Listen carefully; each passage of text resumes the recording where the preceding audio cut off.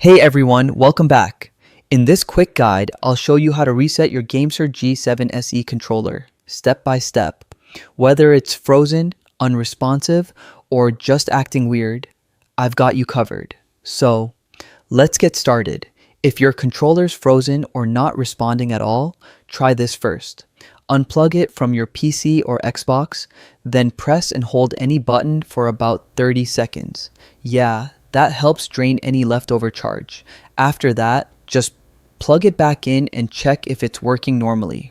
Now, if your problems with button mapping or custom profiles, no worries. Just hold the M and Y buttons together. That'll reset the current profile layout back to default without wiping everything. But if you need a full reset, here's what to do. Plug your controller in, then press and hold the Xbox button and the menu button together for about 5 seconds. Don't hold it longer, okay? Otherwise, it might enter a different mode. After that, all your custom settings get cleared and it's basically back to factory defaults. If things still feel a bit off, it's a good idea to recalibrate.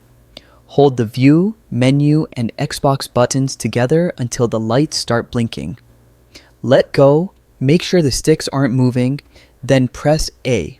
Move both sticks and both triggers all the way 3 times, and press A again to finish.